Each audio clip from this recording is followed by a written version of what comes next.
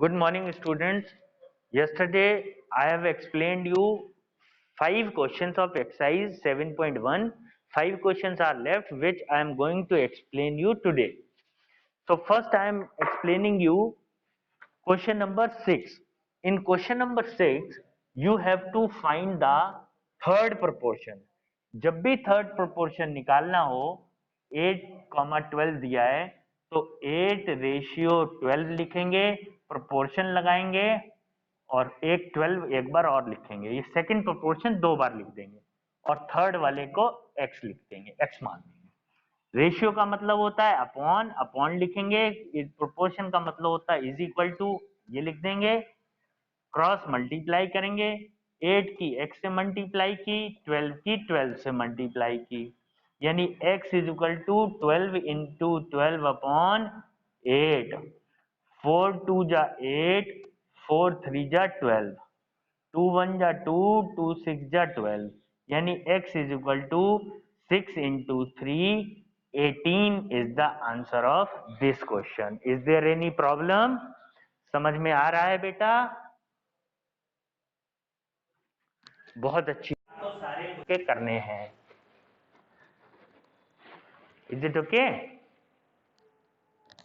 अरे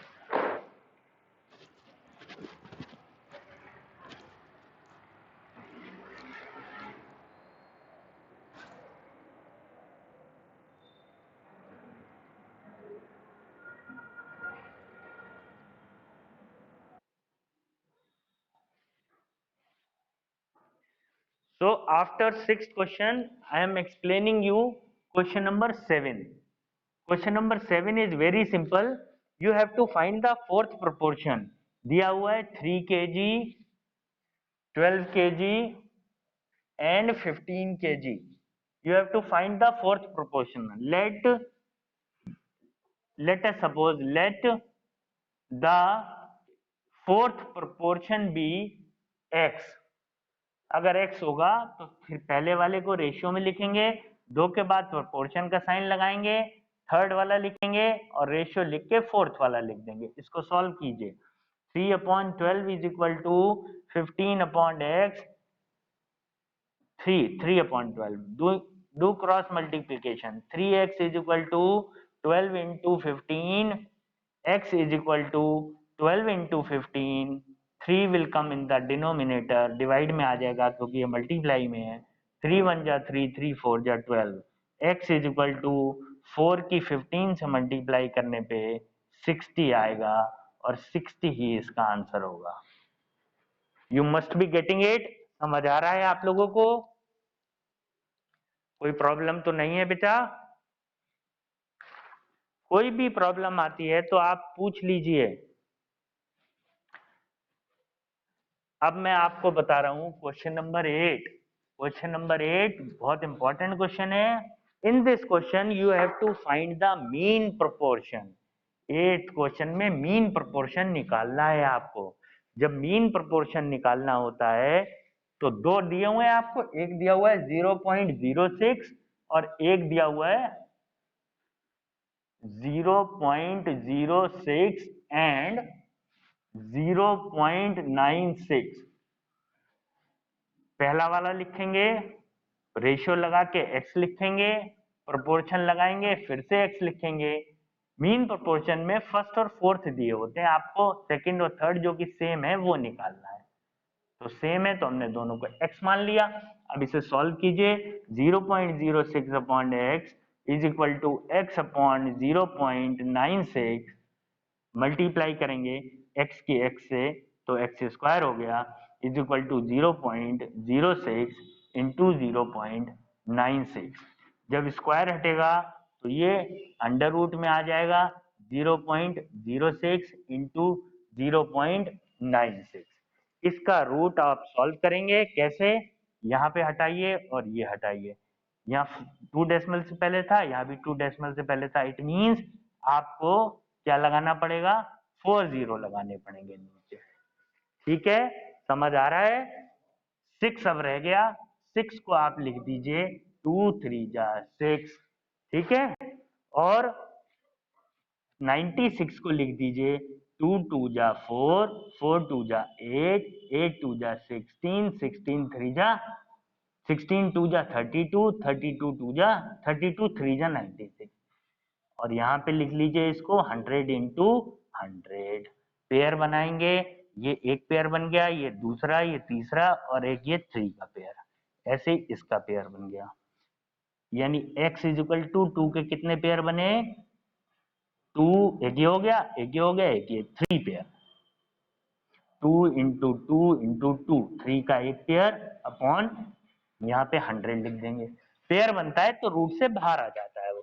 2 2 जा 4 2 जा 8 3 जा 24, तो यहाँ लिख दीजिए 24 अपॉन में 100 रहेगा।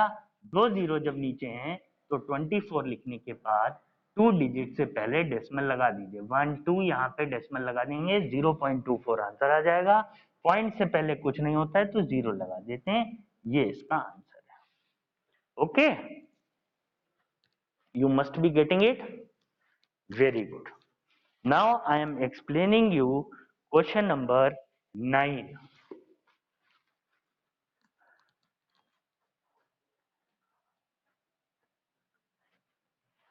Very soon, post Diwali, maybe we will get a notification from government. Government will issue the SOP, and I'll take live class of yours. Very soon you will be in school. Question number 9. In question number 9, please keep your cell on mute mode, otherwise you will create disturbance. 9th question में आपको 80 divide 84 between two children's in the ratio of 5:7। 5:7 के ratio में 84 को आपने दो लोगों में divide करना है। In this case first find the sum of ratio. Sum of ratio 5 + 7 कितना हो गया? 12। 84 को डिवाइड करना है दो के रेशियो में, दो चिल्ड्रन के, यानी first child share. First child का शेयर क्या होगा? फर्स्ट चाइल्ड का रेशियो कितना है? 5। 5 ऊपर लिख दीजिए और नीचे लिखेंगे total sum of ratio. Sum of ratio कितना है? 12, और मल्टीप्लाई कर देंगे 84। Please mute your phone, please keep your phone on mute mode. If you are having any query, you are free to ask. 12 1 जा 12, 12 7 जा 84, 7 5 जा 35। प्लीज म्यूट कर लीजिए। 35 84 को आपने डिवाइड कर दिया तो ए के शेयर में कितने पैसे आए? 35। Please keep your cell on mute mode. Again I am asking you, why are you not listening? Do listen, do obey me. Second child share क्या होगा? सेकेंड चाइल्ड शेयर, सेकेंड का क्या है? 7, नीचे टोटल 12, मल्टीप्लाई 84। 12 1 जा 12 7 जा 7 7 जा 49, यानी ₹49 इसका आंसर होगा। Is it okay? Please keep your cell on mute mode.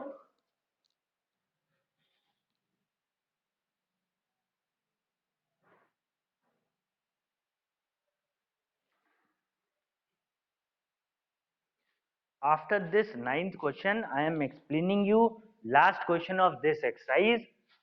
Do practice of exercise 7.1 at your home.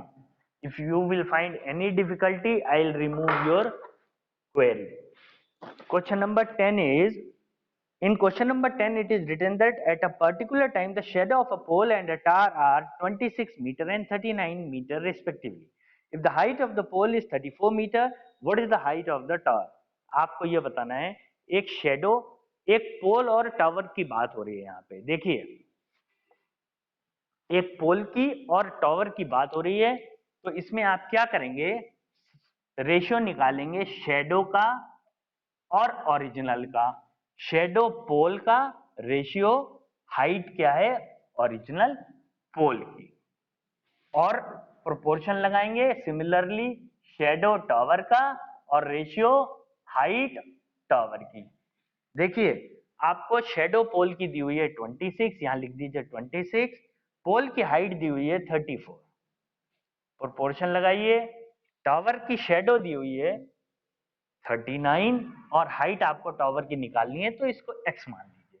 इसको सॉल्व कर लीजिए। 26/34 is equal to 39/x, cross multiply x into 26 is equal to 39 into 34, x is equal to 39 into 34/26, 13 टू जा 13 3 जा, multiply कर लीजिए।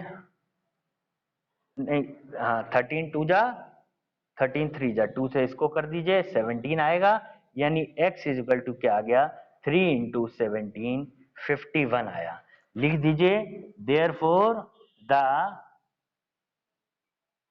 Height of the tower is 51 meter. Is it okay? I have completed this exercise. Do practice this exercise at your home. Thank you. Have a good day.